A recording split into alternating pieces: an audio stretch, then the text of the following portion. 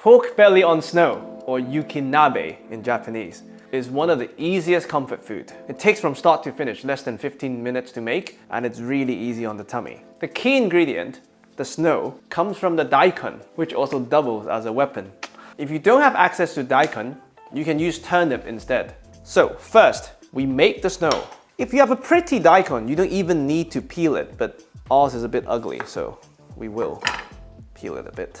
I first saw this dish on a channel called Cooking with Dogs, which I highly recommend to anyone who likes Japanese cooking, and I've been making it since. It's just so easy and so yummy.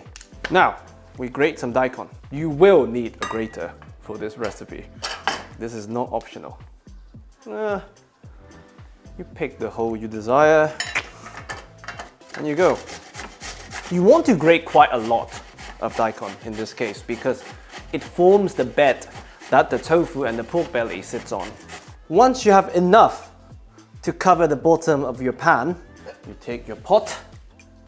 You don't have to use the tajin, by the way, I'm just doing it for the color. Cover the bottom of the pot, you add some tofu. For this dish, silken tofu works the best, but since I don't have it in my fridge, this is medium firm tofu, which will also do the trick.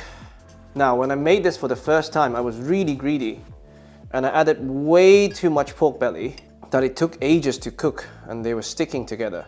So it's very important that you form just one single layer with the pork belly. Now, all you need to do is put the lid on, bring it to a boil, and then bring it down to a bare simmer for about 5 minutes.